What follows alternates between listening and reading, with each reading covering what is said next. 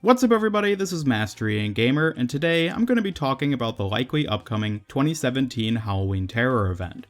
So far, both the community data miners as well as Blizzard themselves have been all quiet with regards to this event, so I will note that everything I'm about to discuss is purely speculation.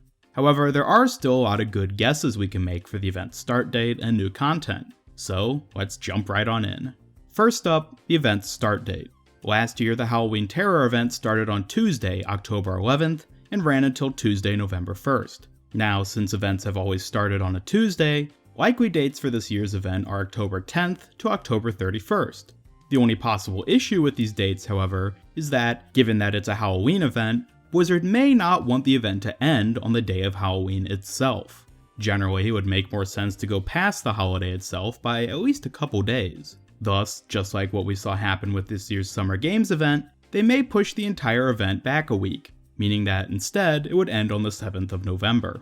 There is one slight issue with this though, which is that BlizzCon starts on November 3rd, meaning that the end of the Halloween event and BlizzCon 2017 would overlap.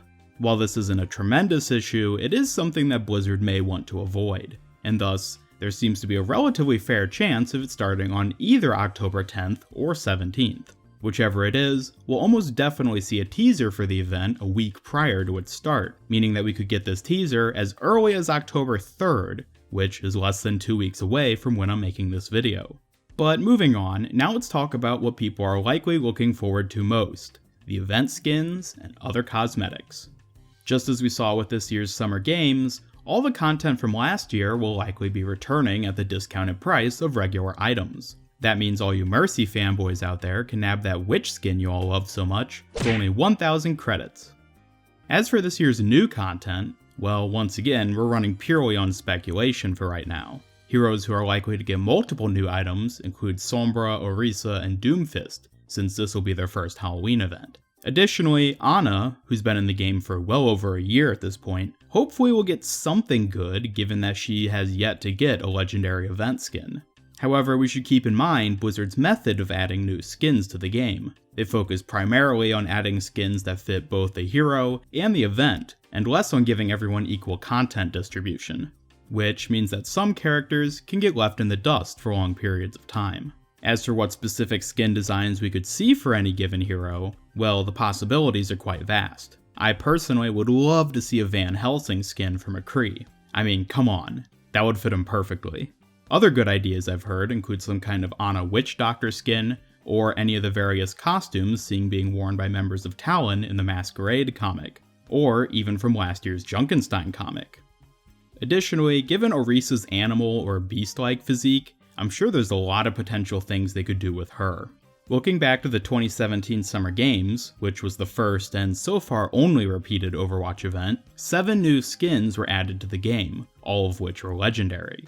I expect a similar number of skins will be added again for Halloween, although it's possible that some of them will only be epic level rarity. However, given that the past 2 events haven't featured any new epic skins, Blizzard may have done away with adding these for events. We'll just have to wait and see. Moving on to the other kinds of cosmetics, Doomfist, Sombra, and Orisa will almost definitely get RIP victory poses to match everyone else from last year. We'll also most likely see everyone get another voice line, and hopefully at least a few new emotes and highlight intros, just like in the Summer Games. Lastly, there's the event game mode. Given the wild success and high acclaim of last year's Junkerstein Revenge PvE mode, there's no doubt that it'll be returning in some form again this year. If it's set on Eichenwald again, then it's incredibly likely that Blizzard will find some way to either improve or expand the game mode, just like they did with Lucio Ball. This might mean they add more locations to hold on Eichenwald, and change how the mode works so that after a set period of time at one position, you have to fall back to another until you reach a last stand. They may even add an endless mode, where zombie waves become increasingly stronger with no set end aside from everyone dying. Additionally, they may add 1 or more new maps to the mix. Given the many Omnic remains we see in the scrapyard on Junkertown, that may be a viable candidate for one of the new maps.